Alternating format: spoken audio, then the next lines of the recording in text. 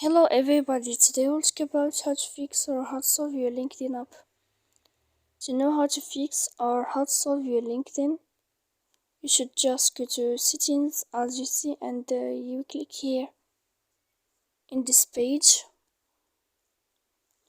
Then you click on on apps, default apps, app settings.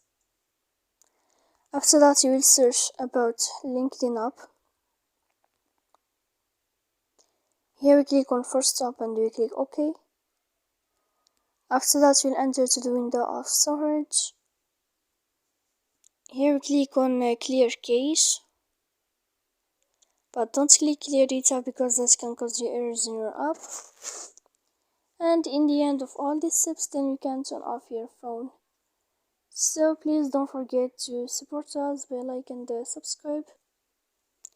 See you next time in another video.